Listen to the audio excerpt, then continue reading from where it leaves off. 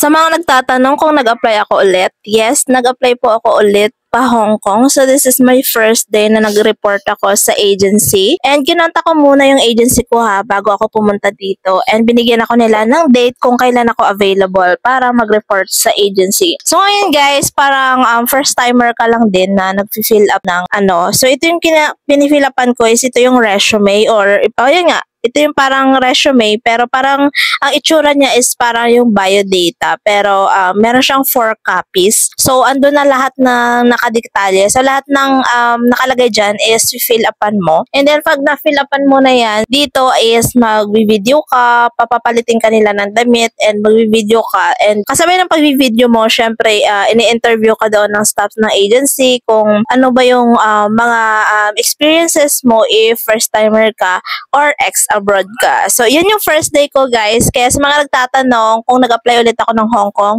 yes po, nag-apply po ako ulit. So, this is my first day. So, nag-apply ako noong August 7, 2025. So, abangan nyo, guys, kung kailan ako makakaalis and kung ano ba yung mga gagawin ko through my application. And don't worry, guys, kasi update ko kayo ng step-by-step process ng pag-apply ko papuntang Hong Kong. Kaya see you, abangan!